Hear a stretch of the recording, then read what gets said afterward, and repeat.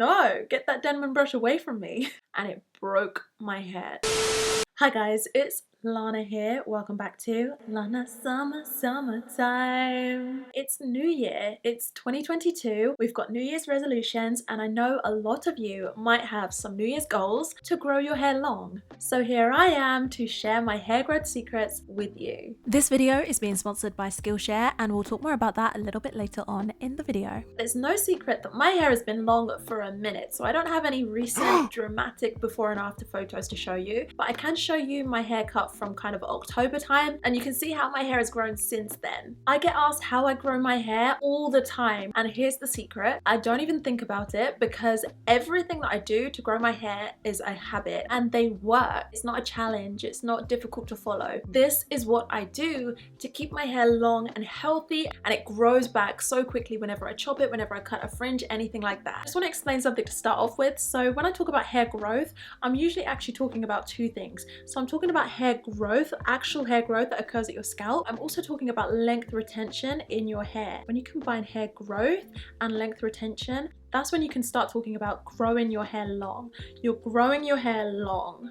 Okay, so a lot of these habits that I have, some of them are focusing on growing your hair and some of them are focused on retaining the length. So with that being said, if you're ready, grab a paper and pen or open your notes app and let's get into it. Number one, Pre-Poo. So I just want to start with the Pre-Poo because that kind of comes at the start of your wash routine, so I feel like it's a good place to start. Here's the thing about Pre-Poos. I don't do them all the time, but if my hair has been deprived of moisture for a really long time, I always Pre-Poo. And I always do it if that's the scenario. So that's like if my hair has been in braids for weeks or if it's been straightened for a few weeks, my hair hasn't seen any moisture, and if I just dump a load of water on it and start shampooing right away, that can actually overload my hair. My hair can get a shock and it can get flooded, and that can lead to hair damage. You don't want your hair to get damaged in any kind of way when you're trying to grow it long, so you just want to avoid that. So I like to use an oil-based Pre-Poo product. I actually practice saying that. An oil-based Pre-Poo product can help to stop my hair becoming overly hydrated. It can protect my hair from damage, which will keep my hair healthy and long. Number two, as we're talking about shampoo, I never use a sulfate shampoo. I don't want to spend too long here because I feel like this is very well known at this point. Sulfates really dry out your hair, which can lead to brittleness, which can lead to breakage. So I just don't use them. And there are so many sulfate-free shampoos around at the moment, so this is really easy to stick to. Number three, I don't apply heavy products to my scalp. I never put heavy creams, butters, or synthetic oils on my scalp because those things can start to build up and clog your scalp, which will deprive it of moisture. And that leads to an unhealthy scalp, which leads to unhealthy hair. Unhealthy hair doesn't grow fast, and it gets weak and it breaks. I remember when I was first starting out on my hair journey, I didn't know where I should be putting my leave-ins, whether they needed to be right at the top, and right now it's just a habit. I don't put leave-in products up at the top of my head. I probably start my leave-ins around about here. Number four, sometimes I will do a clarifying treatment on my scalp, so that might just be like a very clarifying shampoo. As curly girls, we spend a lot of time just using sulfate-free shampoos, co-washes, and that kind of thing. But every once in a while, I like to clarify my scalp. And that's because even though you're not putting those heavy products on your scalp, like what I mentioned in the last point, you will still end up with a buildup of sebum, oil, grease, sweat, and inevitably, there's going to be products that do start to build up on your scalp, especially if you're using like gel for a sleek style or something. That stuff builds up, and all of that just needs to be clarified off. Your scalp just needs a good refresh. Number five, nourishing scalp treatments. This is going to be the last point on scalps, I promise. Scalp is such a weird word. Scalp. Ooh. So why would you want to nourish your scalp? Okay, so for 1 minute, just think of your hair like a plant. Like your hair is a beautiful flower and your scalp is the soil that the flower grows in. And just like with plants, you add water to the soil. So we moisturize our scalp. You add nutrients to the soil. We add nutrients to our scalp. It's going to make your scalp so much better at producing hair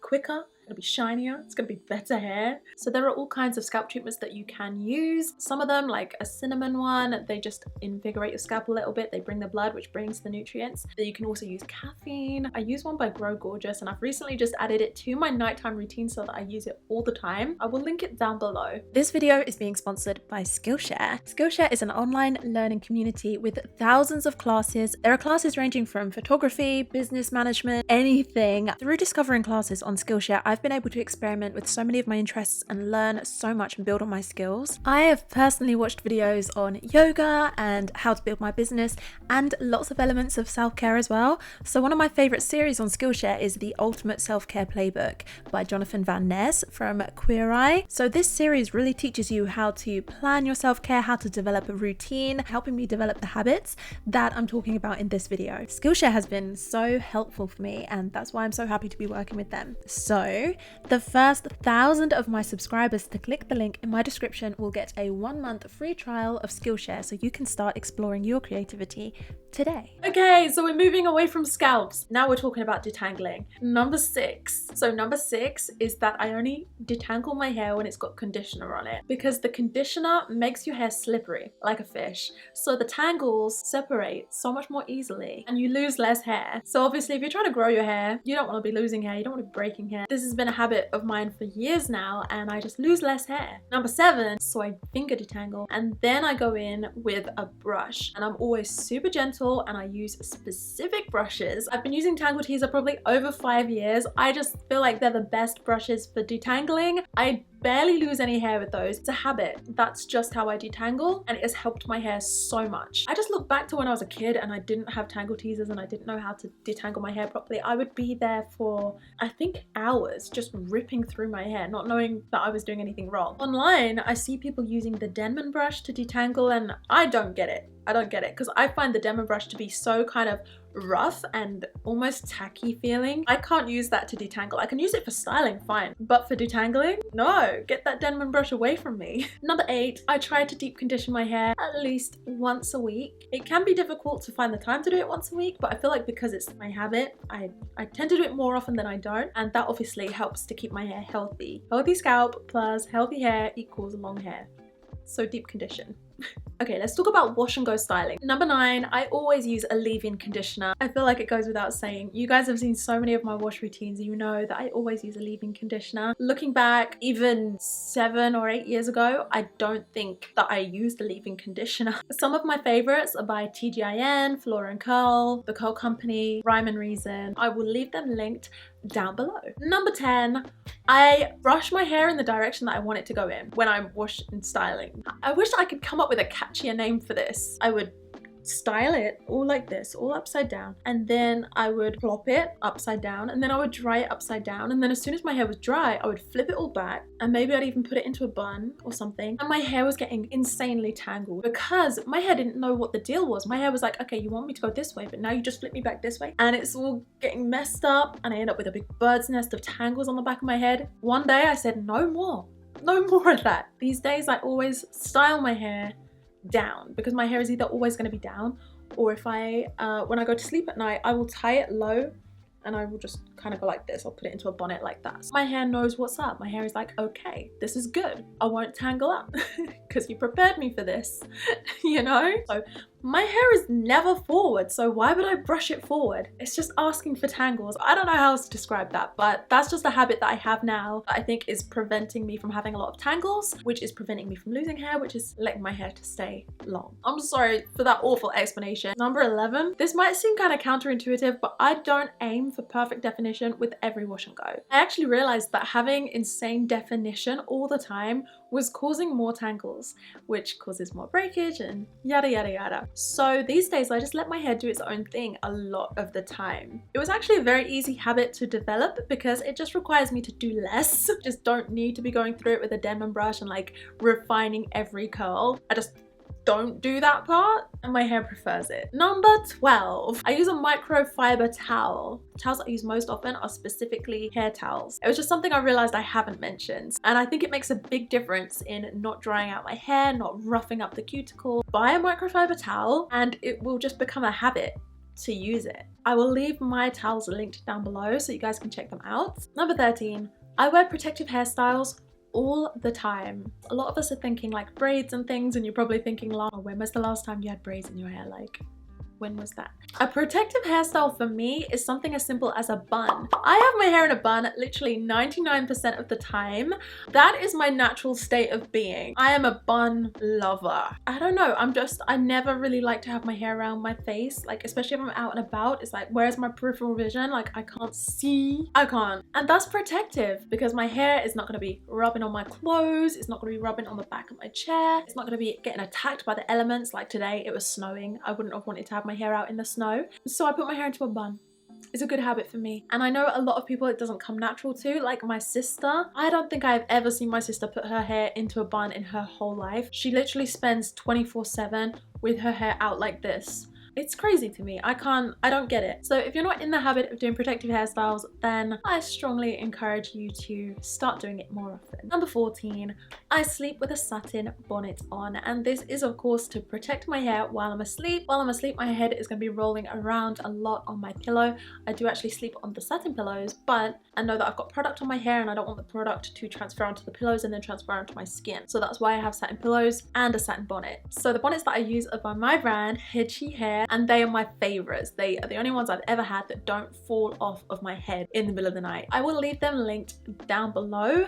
And in fact, I don't only wear my bonnet to bed. I kind of put my bonnet on at the same time I put my indoor clothes on. So the bonnet gets a lot of love. Number 15, I use satin hair accessories. They're from my brand as well. So my brand is called Headshy. A headshy is a headband and a scrunchie in one. That's my favorite thing to wear. You can wear it as a headband. You can also bring it down, wear it as a scrunchie. I wear those all the time. It doesn't cause kinks in my hair, but most importantly, it doesn't cause breakage in my hair. Even if I tie my hair tightly, that satin is so soft and smooth. It's just not going to be rough on my hair. It doesn't tangle in my hair or anything like that. Number 16, I have not bleached my hair this whole time that you guys have known me on this channel. Oh, actually, I think between my very first video ever and then my second video ever, that's when I colored my hair. Because I got to a point where I was like, my hair's healthy now, I can color it. I think the fact that I have never really colored my hair definitely helps. I'm going to be coloring it soon. I'm thinking February because there's some specific stylists that I want to work with and they're not going to be available for a little while. Well, wish me luck. Number 17, I don't use heat on my hair very often. If this was going to be like a hardcore hair growth tips video, I would tell you flat out, don't use heat on your hair because it's damaging. But this is not a hardcore hair growth tips video. This is a habits that I follow, that I do, that I want to share with you type video. So I do use heat on my hair sometimes, rarely. I kind of limit straightening my hair to about once a year. And I use like the smallest amount of heat in my blow drying routine. The fact that I've limited the amount of heat that my hair gets so much definitely contributes to my hair staying healthy. So now that I hardly ever use heat on my hair growth is so quick. In number 18, I eat healthy and I take vitamins. I feel like that definitely helps my body overall, not just my hair, but it helps my nails, it helps my skin, it helps my teeth, it helps my whole body to be functioning properly. So of course that's going to help my hair and my scalp to function properly and grow my hair long. Number 19, I regularly trim my hair. I know this one's going to be up for debate, but I used to be the kind of person that was like, you don't need to trim your hair, you don't need to do this. One big chop and that's all you need. But I check my hair and see if the ends are healthy, and if not, I trim it. And by keeping my ends healthy, it has enabled my hair to not only retain its length, but like to show more length. Because I'm going to tell you an example. I told you before and people said it was helpful, so I'm just going to tell you again. So just imagine you're doing all of this work, you're eating healthy, you're treating your scalp really well, your scalp's working really hard to grow this hair out of your scalp. You're just not taking care of the ends, you're just not even taking care of the hair that it grows.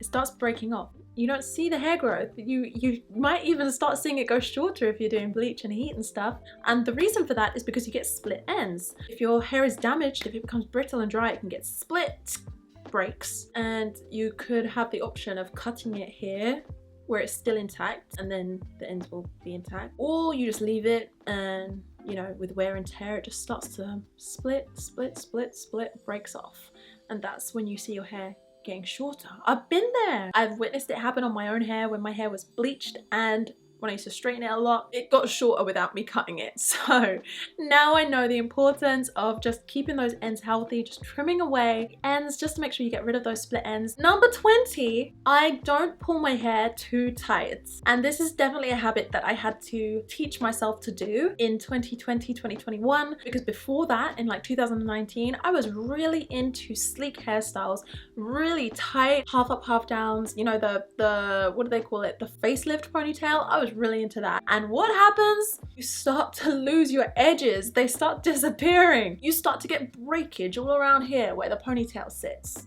It ain't pretty. So I had to teach myself some hairstyles that looked good. I had to teach myself to love my hair when it wasn't sleek, and I had to learn to love my face when it wasn't in a facelift ponytail. And now it's a habit. Now I hardly ever tie my hair too tight, because I did start to notice that it was damaging my edges, and it was damaging my hair to do that. I actually had some breakage around my hair somewhere, and it broke my hair. So there are some pieces that are like this long. I just had to learn some other hairstyles. So now you see me wearing like a really loose half up, half down, or I'll do a claw clip hairstyle or something like that. And that has enabled me to keep my edges intact, but also to prevent breakage in the lengths of my hair as well. So that pretty much sums it up. Those are the habits that I regularly follow, that I have taught myself to stick to, which enables me to not only grow my hair long from my scalp, but to keep that length in my actual hair as well. So I really hope that this video was helpful. Let me know if any of these things were new to you. I did try to really think about my routines and think about what I actually do on a regular basis that might actually be helping me. And planning this video has actually been an eye-opener for me, because I've actually realized some things that I was doing that I didn't even realize I was doing. So thank you for being here with me. This is my first ever Curly Thursdays of 2021. Oh my gosh, no, not 2021. This is my first ever Curly Thursdays of 2022. And in my New Year's resolution video, I said that I wanted to do a Curly Thursdays every Thursday for the whole of 2022. Like, I'm gonna make other types of videos, but Thursdays are for the curlies on this channel. If you guys like that idea, then thumbs up this video and let me know in the comment section. Okay guys, that is everything from me. If you enjoyed this video, then please thumbs up, subscribe, wait, it's this side. Subscribe, turn on your notifications. Also, you could follow me on Instagram, maybe even TikTok. I don't use TikTok that much because I feel like it's kind of toxic. I hope that you're having a fantastic start to the new year and that everything is going amazing for you. And if you're not quite on track yet, don't worry about it. There's no pressure. Everybody goes at their own pace. Don't worry. Take a breath. Everything's gonna be okay. And I'll see you in the next video. Bye.